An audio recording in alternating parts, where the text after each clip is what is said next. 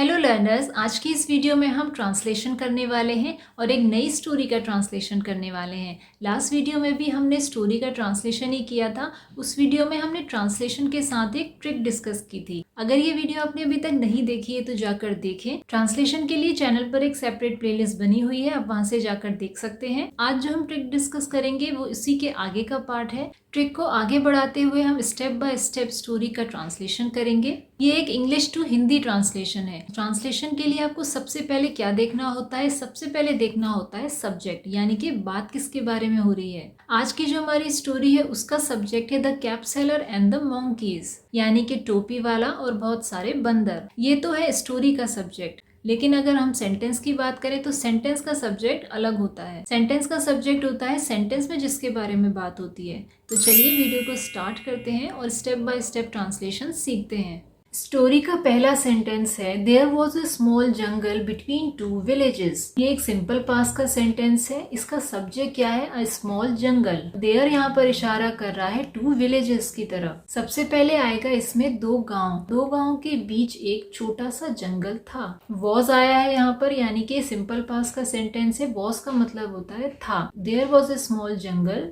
Between two villages. दो गांवों के बीच एक छोटा सा जंगल था। Many monkeys lived in the jungle. Many क्या है? यहाँ पर एक एडजेक्टिव है। मैनी यानी कि बहुत सारे। जैसा कि हमने लास्ट वीडियो में भी पढ़ा था, सेंटेंस का एंड वर्ड सबसे पहले आता है, तो यहाँ पर आएगा जंगल। जंगल यहाँ पर सबसे पहले आएगा। जंगल में बहुत सारे बंदर रहते थे। लिव्ड यहाँ पर क्या है? लिव की पास्ट फॉर्म है, तो ये बता रहा है पास्ट टेंस को। लिव्ड यानी कि रहते थे। जंगल में बहुत सारे बंदर रहते थे। उसके बाद है one day a cap seller was passing through the jungle to go from one village to another. One day का मतलब होता है एक दिन। अ कैप सेलर यानी कि एक टोपी वाला। एक दिन एक टोपी वाला। अब हम जाएंगे सेंटेंस के लास्ट वर्ड पर, जैसा कि हमने लास्ट वीडियो में भी डिस्कस किया था। यहाँ पर आती है हमारी दूसरी ट्रिक। सब्जेक्ट के बाद हम एंड वर्ड को यूज करते हैं। उसके बाद सेंटेंस के राइट एंड से हम लेफ्ट की ओर सभी को ट्रांसलेट करते जाते हैं। ये एक ट्रिक है जिससे आप कोई भी सेंटेंस को ट्रांसलेट कर सकते हैं। सबसे पहले सब्जेक्ट के बाद सेंटेंस का एंड वर्ड, उसके बाद सेंटेंस के एंड वर्ड से हम लेफ्ट की ओर सभी को ट्रांसलेट करते जाते हैं। सेंटेंस का टेंस बताने वाला जो भी हेल्पिंग वर्ब होता है वो सेंटेंस के एंड में आता है, यानी कि गुजर रहा था। था कहाँ पर आएगा? सेंटेंस के एंड में। तो ये बन जाएगा एक दिन एक टोपी वाला एक गांव से दूसरी गांव की ओर जाने के लिए जंगल से गुजर रहा था यहाँ पर सबसे एंड में आया है। इसके बाद दूसरा सेंटेंस है on the way he got tired. On the way का मतलब होता है रास्ते में। ही गॉट टायर्ड यानी कि वह थक गया। टायर्ड यानी कि थकना।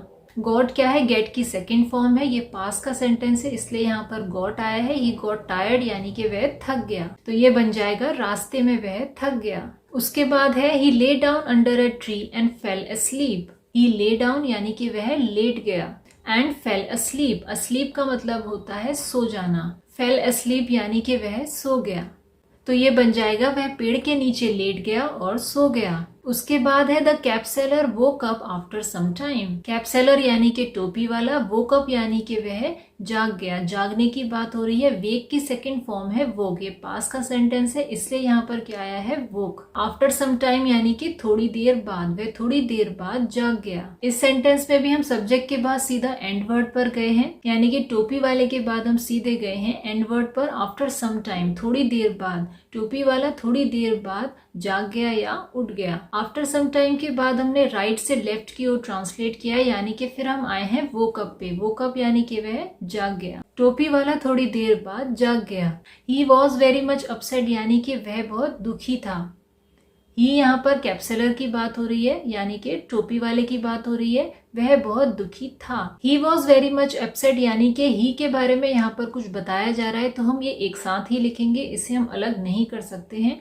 तो हम या तो सेंटेंस व्हेन से स्टार्ट करेंगे या हम ही से स्टार्ट करेंगे। When he saw his box was open. जब उसने देखा कि उसका बॉक्स खुला हुआ था। व्हेन का मतलब है यहाँ पर जब। ही यानी कि कैप्सुलर। सॉ यानी कि सी की पास्ट फॉर्म है। सी का मतलब होता है देखना और सॉ का मतलब भी होता है देखना, यानी कि उसने देखा कि उसका बॉक्स खुला हुआ था, वॉज ओपन यानी कि खुला हुआ था। And his caps had all gone, his caps had all gone एक पास्ट परफेक्ट का सेंटेंस है, यानी कि यहाँ पर आएगा जा चुकी थी, उसकी सभी टोपियां जा चुकी थी, क्योंकि पास्ट परफेक्ट के सेंटेंस में आता है चुका था, चुकी थी और चुके थे, तो यहाँ पर आएगा उसकी सभी टोपियां जा चुकी थी। तो ये बन जाएगा कि जब उसने देखा कि उसका बॉक्स खुला हुआ था, उसकी सभी टोपियां जा चुकी थी, तो वह बहुत दुखी था, यानी कि he was very upset. Very much आया है यहाँ पर, यानी कि बहुत ज्यादा, वो बहुत ज्यादा दुखी था। उसके बाद है जस्ट देन ही heard whooping sounds and looked up. Just then का मतलब होता है तभी, तभी उसने वूपिंग साउंड सुनी। वूपिंग साउंड यानी कि कोई कर्कश आवाज, उसे कहते हैं वूपिंग साउंड। तभी उसने कर्कश आवाज सुनी और ऊपर देखा। लुक्ड अप यानी कि ऊपर देखना, अप का मतलब होता है ऊपर, लुक का मतलब होता है देखना। अगर आपको टेंसेस क्लियर नहीं हो रहे हैं तो आप टेंसेस की हमारी वीडियो देख सकते हैं, हमने वीडियो बनाई हुई है, उससे आपको क्लियर हो जाएगा कि कौन से टेंस में कौन सी फॉर्म आती है और किस तरीके से टेंसेस का यूज होता है। उसके बाद है there were so many monkeys on the tree. There के बाद हम जाएंगे सेंटेंस के एंड वर्ड पर जो है ट्री, वहां पेड़ पर बहुत सारे मंकी थे। सो मेनी यानी कि बहुत सारे, ऑन द ट्री यानी कि पेड़ पर होने की बात हो रही है, वहां पेड़ पर बहुत सारे बंदर थे। यहाँ पर सब्जेक्ट प्लूरल है यानी कि मंकीज है, तो यहाँ पर वॉज नहीं आया है, वर आया है। वर का मतलब होता है थे, वहां पेड़ पर बहुत सारे बंदर थे। उसके बाद है each one of them had a cap on his head. Each one यानी कि यहाँ पर हर एक की बात हो रही है, प्रत्येक की बात हो रही है। हेड यहाँ पर एक हेल्पिंग वर्ब है यानी कि थी। A cap on his head यानी कि सिर पर एक टोपी, हर एक के सिर पर एक टोपी थी। ईच वन ऑफ देम यानी कि देम यहाँ पर आया है मंकीज के लिए, बंदर के लिए। उसके बाद है द कैपसेलर वॉज एंग्री। एंग्री का मतलब होता है गुस्से में होना, वॉज यानी कि था।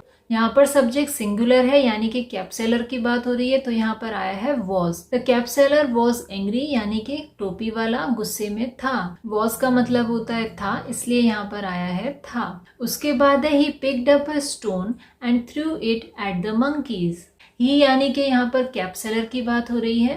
पिक्ड अप यानी कि उसने उठाया, पिक का मतलब होता है उठाना। पिक्ड आया है क्योंकि ये पास का सेंटेंस है, पिक की सेकंड फॉर्म आई है। पिक्ड यानी कि उसने उठाया। क्या उठाया? उसने एक स्टोन उठाया यानी कि एक पत्थर उठाया। And threw it at the monkeys. Through यानी कि थ्रो की सेकंड फॉर्म, इसका मतलब होता है फेंकना। थ्रू इट, इट यानी कि स्टोन की बात हो रही है, इट आया है स्टोन के लिए। एट द मंकीज यानी कि मंकीज पर, उसने एक पत्थर उठाया और बंदरों पर फेंका। तो ये बन गया उसने एक पत्थर उठाया और बंदरों पर फेंका। उसके बाद है the monkeys plucked fruits from the tree and threw them at the cap seller. इस सेंटेंस का सब्जेक्ट है मंकीज यानी कि बंदर। Monkeys pluck the fruits from the tree. Plucked fruits यानी कि प्लग्ड का मतलब होता है तोड़ना। जिस तरीके से हम पेड़ से फल तोड़ते हैं उसे कहते हैं प्लग्ड। पहले हम ट्रांसलेट करेंगे the monkey plug fruits from the tree. Monkeys के बाद हम जाएंगे सेंटेंस के एंड वर्ड पर जो है ट्री। बंदरों ने पेड़ से फल तोड़े। And threw them at the cap seller. Threw यानी कि यह थ्रो की सेकंड फॉर्म, इसका मतलब होता है फेंकना। Threw them at the cap seller. Cap seller यानी कि जो टोपी वाला है या टोपी बेचने वाला है। सेलर यानी कि बेचने वाला, कैप यानी कि टोपी, तो टोपी बेचने वाला जो है उस पर फेंके। तो ये बन जाएगा बंदरों ने पेड़ से फल तोड़े और उन्हें टोपी वाले पर फेंका। देम का मतलब होता है उन्हें, इसलिए यहाँ पर आया है उन्हें टोपी वाले पर फेंका। उसके बाद है now the cap seller knew how to get back his caps from the monkeys. Now का मतलब होता है अब। नाउ द कैपसेलर न्यू यानी कि अब टोपी वाले को पता था। न्यू होता है नो की सेकंड फॉर्म, ये पास का सेंटेंस है इसलिए यहाँ पर सेकंड फॉर्म आई है। अब टोपी वाले को पता था। How to get back his caps from the monkeys. Get back his caps यानी कि वापस लेना। फ्रॉम द मंकीज यानी कि बंदरों से। तो ये बन जाएगा अब टोपी वाले को पता था कि बंदरों से अपनी टोपियां वापस कैसे लेनी है। उसके बाद है monkeys have the habit of कॉपिंग others. यहाँ पर हैव आया है इसलिए यहाँ पर आएगा है। हैबिट यानी कि आदत, यहाँ पर मंकीज के आदत की बात हो रही है। कॉपिंग यानी कि कॉपी करना यानी कि नकल करना। मंकीज यहाँ पर एक प्लूरल सब्जेक्ट है तो यहाँ पर आएगा बंदरों। तो ये बन जाएगा बंदरों को दूसरों की नकल करने की आदत होती है। अदर्स का मतलब होता है दूसरों की, इसलिए ये बन जाएगा बंदरों को दूसरों की नकल करने की आदत होती है। The cap seller took off the cap from his head. Took off का मतलब होता है उतारना। took off the cap from his head. From his head यानी कि उसने अपने सर से टोपी उतारी and threw it on the ground. टोपी वाले ने या टोपी बेचने वाले ने अपने सर से टोपी उतारी और जमीन पर फेंक दी। उसके बाद है the monkeys also copied him. यहाँ पर सेंटेंस का सब्जेक्ट क्या है? प्लूरल है। मंकीज है यानी कि बहुत सारे बंदर हैं। ऑल्सो कॉपीड हिम, कॉपी करना यानी कि नकल करना। हिम यानी कि यहाँ पर कैप सेलर की बात हुई है, बंदरों ने टोपी वाले की नकल उतारी। ऑल्सो आया है यहाँ पर यानी कि ऑल्सो का मतलब होता है भी, बंदरों ने भी टोपी वाले की नकल उतारी। उसके बाद है दे थ्रू डाउन देयर कैप्स। दे यानी कि मंकीज के बारे में बात हो रही है, थ्रू यानी कि फेंकना, पास फॉर्म है थ्रो की, डाउन यानी कि नीचे, देयर यानी कि उन्होंने अपनी कैप्स उतारी, उन्होंने उनकी टोपियां नीचे फेंक दी। उसके बाद है the cap seller collected the caps from the ground. Collected यानी कि इकट्ठा करना, उसने कैप्स को इकट्ठा किया। फ्रॉम द ग्राउंड यानी कि जमीन से, तो ये बन जाएगा टोपी वाले ने जमीन से टोपियां इकट्ठी की। कलेक्ट की यानी कि इकट्ठा की। Put them in the box and happily went on his way. Put them यानी कि रखना, पुट का मतलब होता है रखना। Put them in the box यानी कि बॉक्स में रखी। देम यानी कि यहाँ पर टोपियों के लिए यूज हुआ है देम, उसने टोपियां बॉक्स में रखी। And happily went on his way, happily यानी कि खुशी खुशी, वेंट ऑन हिज वे यानी कि चले जाना। वेंट अवे का मतलब होता है चले जाना। वेंट क्या है? गो की पास फॉर्म है। ऑन हिज वे यानी कि अपने रास्ते, वे खुशी खुशी अपने रास्ते चला गया। क्योंकि यहाँ पर ग्राउंड के बाद कॉमा का यूज हुआ है, इसलिए यहाँ पर 3 अलग अलग सेंटेंस बन गए हैं, इसलिए हमने इन्हें अलग अलग ट्रांसलेट किया है। The cap seller collected the caps from the ground एक सेंटेंस है, put them in the box अलग सेंटेंस है, और उसके बाद happily went on his way अलग सेंटेंस है। तो ये पूरा सेंटेंस बन जाएगा टोपी वाले ने जमीन से टोपियां इकट्ठी की, उन्हें बॉक्स में रखा और वो खुशी खुशी अपने रास्ते चला गया। ये एक मॉरल स्टोरी है। इस स्टोरी का मॉरल है presence of mind can find a way out of many difficulties. Presence of mind का मतलब होता है मन की उपस्थिति।